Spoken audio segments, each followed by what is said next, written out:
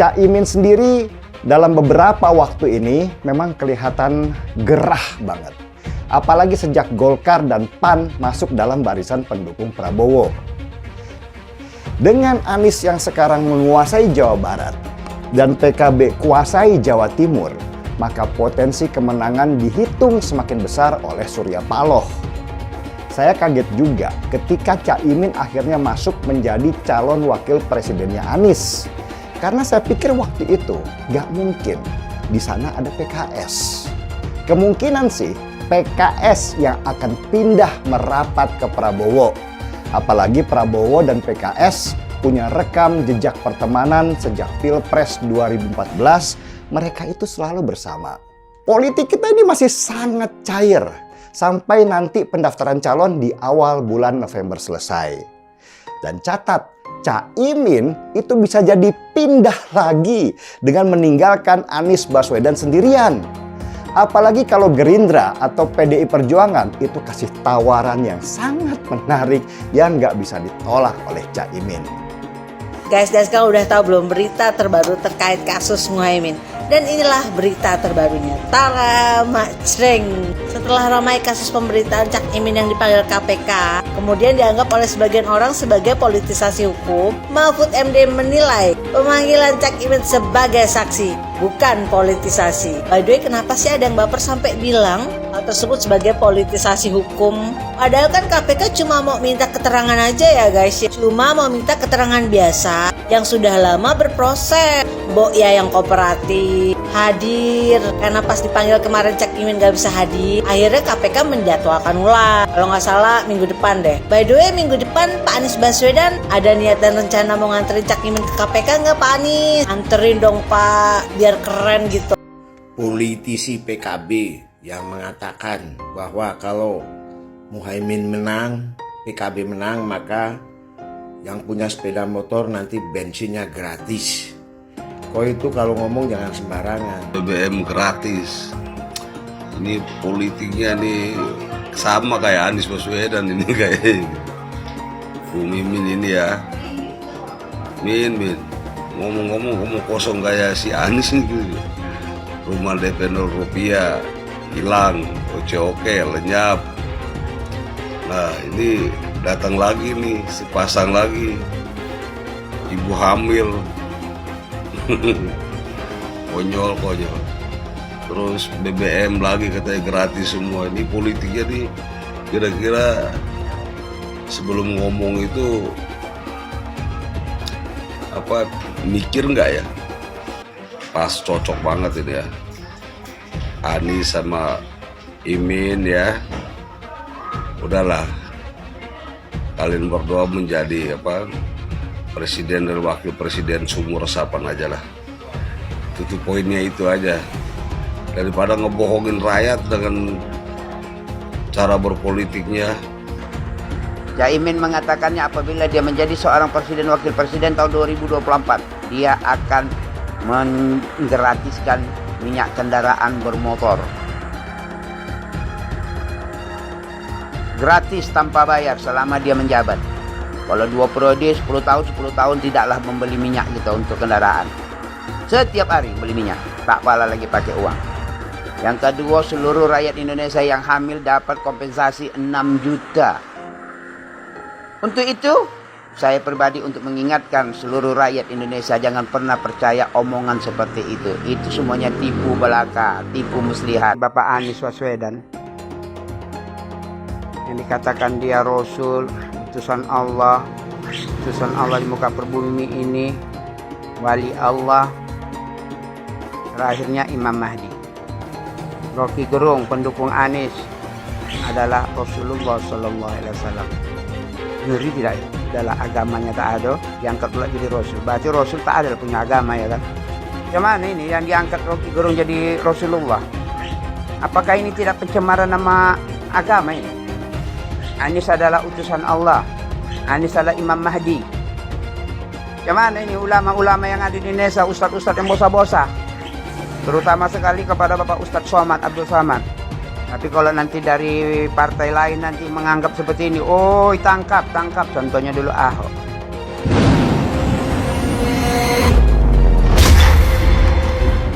Gus Muhaimin memberikan program siapapun yang hamil yang ada di muka bumi Indonesia ini akan diberikan tunjangan selama hamil. Karena itu yang masih jomblo secepatnya nikah, hamil, dibiayai kehamilannya oleh Gus Muhaimin. APBN sudah kita hitung, Gus Muhaimin sudah kita hitung. Setiap yang hamil sejak kehamilan bulan pertama sampai 9 bulan akan mendapatkan subsidi, akan mendapatkan tunjangan rata-rata 6 juta selama kehamilan. Karena Gus Muhaimin tidak ingin ada stunting di muka bumi Indonesia ini. Gus Muhaimin ingin melihat generasi anak muda kita hebat, cerdas. Karena itu harus diurus sejak kehamilan ibu-ibu bapak sekalian. Setuju dengan subsidi?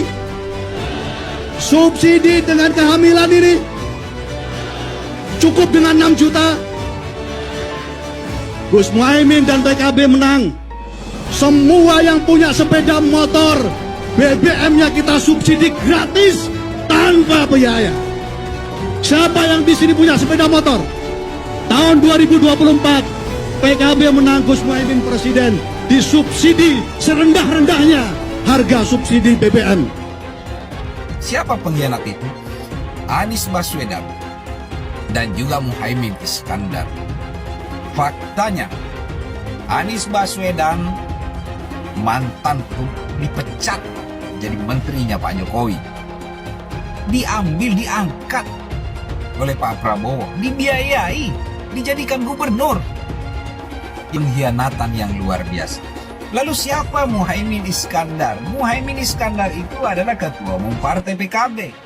Partai PKB adalah partai pendirinya adalah almarhum Gus Dur. Sebelum Gus Dur meninggal dunia, beliau sempat mengatakan bahwa Muhaimin Iskandar telah mengkudeta saya dan telah mengkhianati saya, mengambil partai saya. Bahwa kita sama-sama harus melawan pengkhianatan yang dipertontonkan oleh calon pemimpin Republik Indonesia.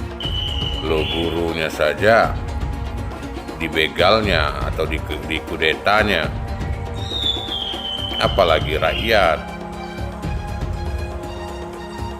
Pun begitu dengan si pasangannya, si Yohanes Imam Mahdi, ditambah sekarang ini pengkhianat, berdarah dingin. Wow, tambah ngeri saya dengarnya. Dulu ada yang koar-koar ngomongin petugas partai. Sekarang Yohanes apa nggak petugas partai tuh? Ya kan jelas-jelas dia nggak punya partai.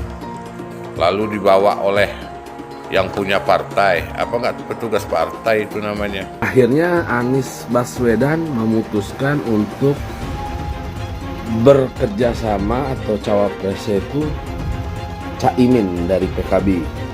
Kalau kita dengar dari wawancaranya Yeni Wahid, anaknya Gus Dur, itu mengatakan bahwa Gus Dur aja dikudeta gitu loh. Partai yang didirikan Gus Dur, PKB itu dikudeta oleh Caimin.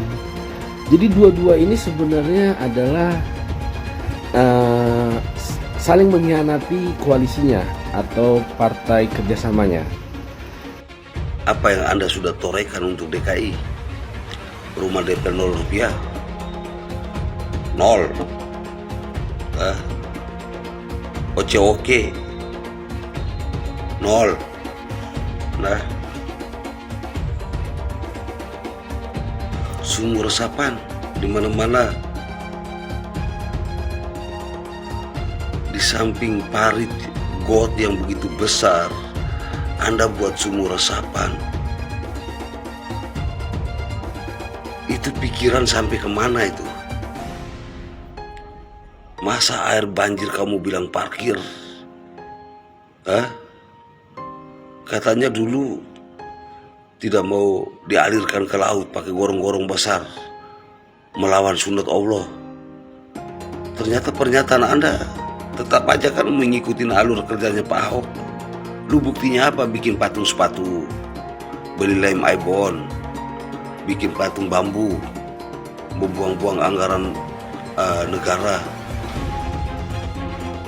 Cukup di DKI aja yang kamu bohongi. Ya, Pak Anies, cukup orang yang berada di DKI aja yang kamu bohongi. Kamu DKI aja kamu gak bisa pimpin, kamu gak bisa benahi, bagaimana lu benahi rakyat seluruh Indonesia? Yang Muslim tidak harus memilih Anies. Ya betul, yang Muslim tidak diwajibkan memilih Anies Baswedan. Tapi kalau bagi saya sendiri ya, tidak memilih Anies berarti saya sudah ikut menyelamatkan NKRI gitu. Sudah kelihatan banget ya. Memang sewajarnya kita tidak memilih Anies Baswedan sebelum jadi gubernur. Baik bukan main, janji banyak bukan main. Setelah jadi, mana janji mana yang ditepati? Pendukungnya saja tidak bisa menunjukkan hasil prestasi Anies Baswedan. Kaget, Jeng, katanya cerdas. Masa nggak bisa memprediksi Anies? Masa nggak bisa nilai omong-omongan Anies itu sebelumnya? Raut wajahnya Anies aja udah kelihatan, Jeng. Jeng, biar ku kasih tahu kau. Sekali tukang ngibul, selamanya pasti tukang ngibul, Jeng. Kau aja percaya sama Anies. Aduh, memang koalisinya kalian itu ya koalisi kibul-kibul memang. Siapa yang hianati AHY? Kasian deh lo. Ganjar Pranowo 2024. Semangat guys, dah. Cuman yang herannya, yang nggak punya partai yang berkhianat. Bisa jadi nih, hari ini berkhianat sama Demokrat, besok sama Surya Paloh. Kita tonton coba, kalau nggak percaya pasti betul. Ya, kita ambil contoh di 2017. Nah, dia ikut Gerindra. Oke, jadi gubernur DKI, betul kan? Nah, setelah itu dia mengeluarkan statement. Sampai mengeluarkan statement, selagi Pak Prabowo nyalon jadi presiden, saya tidak akan mau nyalon. Itu sudah komitmen saya. Tahu-taunya dia masuk lewat Nasdem untuk nyapres di 2024 lewat pintu belakang sama Nasdem. Lah terus Demokrat, Demokrat membangun koalisi perubahan lah dengan menduetkan Anies sama AHY. Alasan kenapa saya tidak akan memilih Pak Anies dan tidak akan mendukung Pak Anies adalah karena Pak Anies tidak bisa kerja, bro. Pak Anies hanya bisa berbicara doang, nggak bisa kerja dan nggak ada inovasi gitu loh. Itulah Pak Anies. Kita tidak diizinkan oleh Allah untuk mendukung seseorang tidak jujur, tidak amanah. Berarti tidak bisa dipercaya dan mengingkari hal-hal yang telah disepakati. Sebenarnya beberapa teman sudah mengingatkan saya agak lama, baik dari kalangan kader Demokrat maupun dari luar Demokrat. Ini Pak SBY benar-benar percaya kepada orang itu atau kepada orang-orang itu. Demokrat kena prank dari musang berbulu domba. Musang berbulu domba itu di depan sikap baik, manis, lembut, penuh persahabatan. Tapi di balik itu kalau kita lemah dan lengah, ini kita akan dicaplok dan dimakan sampai habis. Tidak ada komunikasi apapun secara langsung dari Mas Anies kepada Mas AHY. Padahal ketika katakanlah Mas AHY waktu itu sedang mau diajak ketemu oleh salah satu tokoh partai lain yang besar gitu ya, itu bisa malam-malam nelpon bilang katanya ibu saya menyampaikan ini kalau saya dan Mas AHY harus menyebut takdir sebagai pasangan capres dan cawapres. Ini juga ustadz saya. Waduh, ini ibu di bawah, ustadz di bawah gitu. Tapi kemudian mendadak kok bisa-bisanya lalu berkhianat gitu. Tetapi ternyata manis di mulut, tampak di depan, tidak dalam kenyataannya. Ini yang bagi kami sangat kami sayangkan. Yang pasti jelas yang berkhianat dan yang keluar dari koalisi ini bukan Partai Demokrat, tetapi ada yang namanya Nasdem dan Anies Baswedan yang telah berkhianat dan secara tidak beretika membentuk koalisi sendiri. Begitu kami informasikan, ya kadang-kadang langsung bilang, ya tenang aja, langsung kita ganti. Gak ada, muak mereka bilang. Kenapa? Jelas dulu lah katanya Mas Anies ini, benar-benar perubahan atau hanya tidak jelas ini, mau perubahan atau mau tipu-tipu. Nah itulah, ternyata benar ya, sehingga situasi hari ini pada saat ini tidak perlu kami perintahkan apa-apa. Banyak udah kader menjapri begitu dapat rilis, Pak, kita akan turunkan semua, bukan hanya baliho, tapi juga postingan di media-media sosial yang ada muka Mas Aniesnya. Saya mensyukuri kenapa kalah, kenapa ditahan. Saya bersyukur atas itu semua. Saya coba bayangkan ya, kalau seandainya waktu itu kita menang gitu ya, hari ini belum tentu kita bisa nikmati seperti ini. Kita bersyukur 5 tahun Tuhan izinkan kasih ke orang yang pintar ngomong untuk kerja. Coba kalau kita bayangkan gitu ya, kalau kemarin saya masih jadi gubernur, ini saya udah turun ini. Tapi yang pintar ngomong itu dikira orang hebat kan? Ini lebih berbahaya tahun 2024. Langsung ketahuan karakternya. Langsung ketahuan itu. Di saya juga ada kutipan Pak di kamar saya Pak. Tulisannya, Jakarta telah mengambil keputusan yang fatal. Bapak Politik Identitas Indonesia Anies Baswedan, Bapak Intoleransi Indonesia Anies Baswedan. Jangan lupakan, jangan terlena, jangan sampai dia pecahkan kita dengan dagangan ayat dan mayatnya. Air itu turun dari langit, turunnya ke atap rumah langsung sumur bor, bukan ke sungai dan ke laut. Jangan hanya konsentrasi pada pembangunan benda-benda mati yang indah difoto dan bisa ditunjukkan dalam 5 tahun hasilnya. Kalau kita mau menilai sebuah janji, maka lihat janjinya, lalu lihat kenyataannya. Dulu janjinya apa ya? Dan ini aneh, betul-betul aneh. Ini bukan kampanye, tapi saya sampaikan sini. Di satu sisi menyiapkan jalur-jalur air untuk dikirim ke laut, di sisi lain di lautnya dipasang dengan pulau reklamasi, tinggal tunggu waktu jadi rock, air balik. Dan ini melawan sunatullah. Kenapa? Air itu turun dari langit ke bumi, bukan ke laut. Harusnya dimasukkan ke dalam bumi, masukkan tanah. Di seluruh dunia air jatuh itu dimasukkan ke tanah, bukan dialirkan pakai gorong-gorong raksasa ke laut. Jakarta telah mengambil keputusan yang fatal.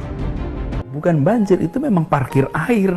Bukan banjir, itu memang parkir air. Masyarakat berkeliling dengan membawa toa untuk memberitahu semuanya, termasuk sirine. Ibon 82 miliar. Apa alat transportasi yang dimiliki oleh hampir setiap orang? Alat transportasi yang dimiliki semua orang adalah kaki.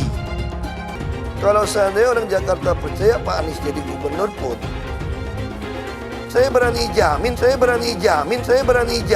dia akan lakukan normalisasi yang sama seperti saya lakukan kok. Gak usah bohong lah. Ketika air sampai di muara, maka siap untuk dipompa ke laut. Pancasila Soekarno, ketuhanan ada di pantai. Anak Tuhan dari mana? Kalau Yesus anak Tuhan, bidangnya siapa? Besok di seluruh wilayah Indonesia kami katakan dan Iblis hanya menggoda orang yang beriman. Makanya jarang-jarang orang kafir kerasukan setan. Yang kerasukan setan itu orang baik-baik. Jarang, saya belum pernah nengok Cina kerasukan setan. Pernah tak Ahok itu kerasukan setan? Enggak, setannya juga. Karena sesama setan dilarang saling menggoda. Karena di salib itu ada jin kafir. Karena di salib itu ada jin kafir. Karena di salib itu ada jin kafir. Haleluya. Kepalanya ke kiri apa ke kanan? Kepalanya ke kiri apa ke kanan? Tetap percaya salib itu lambang mulia, bukan jin. Kok ketawa? Aku nggak nyindir siapa-siapa loh. Saya nggak pernah mundur untuk kebenaran, keadilan, kejujuran dan peri kemanusiaan. Gue nggak pernah mundur. Dan gue nggak pernah takut juga sama lu. Siapapun yang rasis, gue akan hadapin. Gue bilang. Karena rasis itu tidak berperi kemanusiaan. Kalau saya ditanya dulu kan, kamu nyesel nggak statement kamu di Pulau Seribu sehingga masih masuk penjara? Tidak pernah nyesel. Karena saya mengatakan kebenaran. Anies merupakan antitesis daripada Pak Jokowi. Antitesis artinya bertolak belakang dengan Jokowi. Anies sudah menyatakan tidak akan melanjutkan semua program dari Pak Jokowi. Jadi semua pembangunan yang dilakukan oleh Pak Jokowi akan dihentikan oleh Anies jika Anies menjadi presiden. Lagi pula Anies didukung oleh khilafah dan pendukung Anies adalah ormas seperti FPI dan HTI. Apa kita mau FPI dan HTI kembali di Indonesia jika Anies memimpin? Anies juga dikenal sebagai bapak politik identitas yang menghalalkan segala cara untuk menggapai kekuasaannya, termasuk menggunakan politik identitas berbasis agama. Lihatlah di kasus Ahok waktu itu. Kita sudah bisa melihat hasil kerja Anies selama 5 tahun di Jakarta. Tidak ada satupun janji yang dipenuhi dan tidak ada kinerja yang bisa dibanggakan. Dari DP 0%, OKOC, kelebihan bayar, Formula E, banjir, sumber resapan, jalan rusak, dan gonta-ganti nama jalan. Lihatlah rekam jejak Anies selama 5 tahun. Bayangkan Indonesia ke depan jika dipimpin oleh Anies. Dan bayangkan jika Anies menang. HTI dan FPI, ormas khilafah yang dibubarkan itu akan dikembalikan oleh Anies. Apakah kita mau Pancasila diganti jadi khilafah? Perkataan Ahok sudah terbukti dan Jakarta sudah menjadi korban. Jangan biarkan Indonesia menjadi korban kibulan Anies Baswedan. Umat minoritas, terutama kaum Tionghoa, tidak akan memilih Anies Baswedan. Cak Imin sendiri dalam beberapa waktu ini memang kelihatan gerah banget. Apalagi sejak Golkar dan PAN masuk dalam barisan pendukung Prabowo. Cak Imin yang biasanya menjadi pemegang kunci siapa calon wakil presidennya Prabowo, sesudah Golkar dan PAN masuk akhirnya tersingkir pelan-pelan. Mendadak PKB kemarin pindah dari dukung Prabowo sekarang ke Anies Baswedan. Ini agak mengagetkan saya sih sebenarnya karena PKB itu ideologinya NU. Kok bisa ya bersanding dengan PKS dalam mendukung Anies? Padahal jejak ideologis kedua partai itu berbeda. Saya nggak yakin kalau kedua partai ini akan bertahan di wadah yang sama. Kemungkinan sih PKS yang akan pindah merapat ke Prabowo. Apalagi Prabowo dan PKS punya rekam jejak pertemanan sejak Pilpres 2014, mereka itu selalu bersama. Dan ini dikuatkan dengan bukti bahwa PKS sendiri nggak hadir dalam acara deklarasi Anies dan Cak Imin di Surabaya kemarin. Ini berarti memang ada masalah di dalam koalisi mereka. Tapi saya pribadi memaklumi kenapa Cak Imin keluar dari koalisi pendukung Prabowo. Kalau saya jadi Cak Imin, sudah pasti saya juga akan keluar koalisi. Enak aja, saya yang mengawali, sesudah tinggal menikmati, tiba-tiba datang Golkar dan PAN minta jatah yang lebih besar dari saya. Prabowo-nya oke lagi. Ya sudah, nggak ada jalan lain kecuali keluar. Saya kaget juga ketika Cak Imin akhirnya masuk menjadi calon wakil presidennya Anies. Karena saya pikir waktu itu nggak mungkin di sana ada PKS. Tapi apa sih yang nggak mungkin buat seorang Cak Imin? Semuanya mungkin. Apalagi ini berkaitan dengan mimpinya Cak Imin sejak lama untuk menjadi calon wakil presiden. Cuman saya kira dulu PKB akan dibawa oleh Cak Imin merapat ke PDI Perjuangan. Karena mereka berdua punya platform ideologi yang sama. Tapi ternyata prediksi saya itu salah. Cak Imin malah melakukan langkah yang tidak terduga menjadi calon wakil presidennya Anies. Ingat kan dulu Pilpres 2019 Cak Imin itu punya nafsu besar jadi calon wakil presidennya Jokowi. Sehingga ketika pundaknya ditepuk oleh Jokowi aja, dia sudah senang banget dikira Jokowi akan menjadikannya calon wakil presiden. Dengan Anies yang sekarang menguasai Jawa Barat dan PKB kuasai Jawa Timur, maka potensi kemenangan dihitung semakin besar oleh Surya Paloh.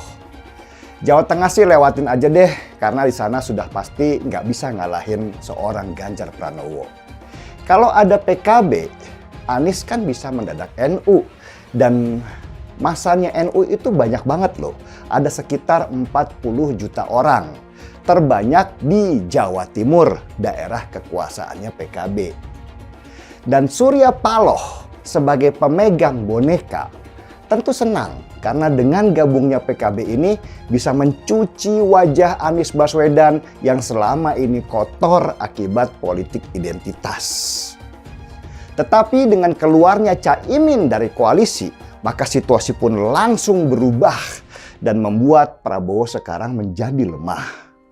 Prabowo harus mulai mencari tokoh Jawa Timur supaya namanya bisa naik di sana. Dan Jawa Timur adalah basisnya NU. Maka pertarungan pendekatan kepada kiai-kiai NU di Jawa Timur itu menjadi modal untuk memenangkan pertarungan di Pilpres 2024. Jawa Timur itu memang sekarang jadi ajang pertarungan. Karena secara faktanya Jawa Timur adalah provinsi nomor 2 terbanyak penduduknya sesudah Jawa Barat.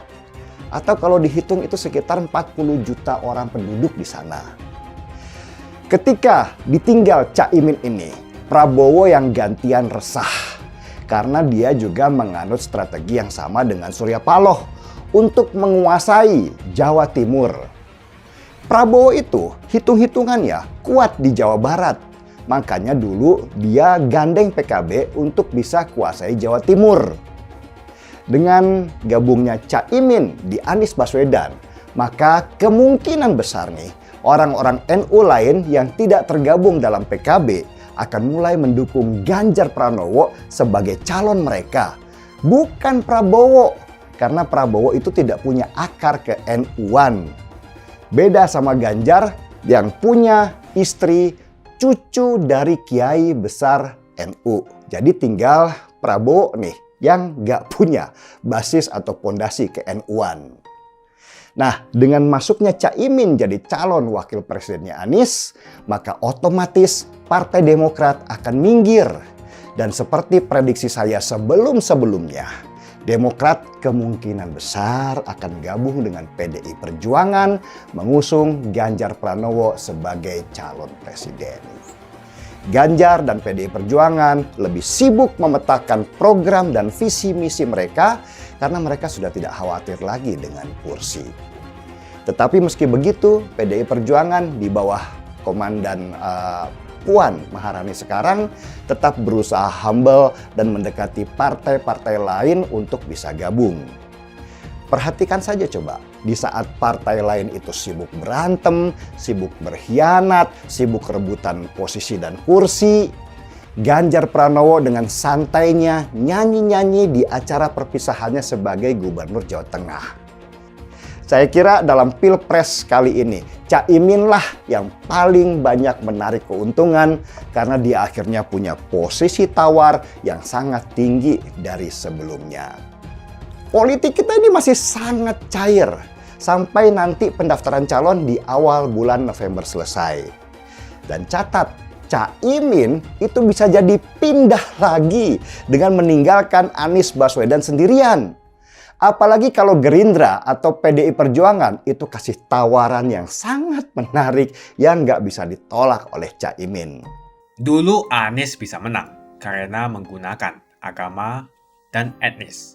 Isu agama, ras, dan antar golongan dinikmati oleh relawan Anies. Saat itu Anies didukung oleh FPI, HTI, dan pengasong khilafah lainnya. Pada akhirnya Ahok harus kalah, namun kekalahan dia adalah kekalahan yang membuka mata rakyat Indonesia bahwa masih ada orang-orang yang menang dengan cara menggunakan politisasi agama atau politik identitas berbasis agama.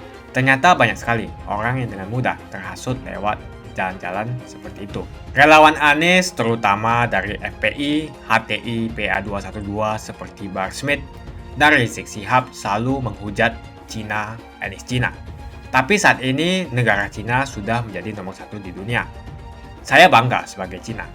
Etnis Tionghoa dicap sebagai pemberontak, sedangkan etnis Arab dianggap sebagai Tuhan atau tuan dari pribumi.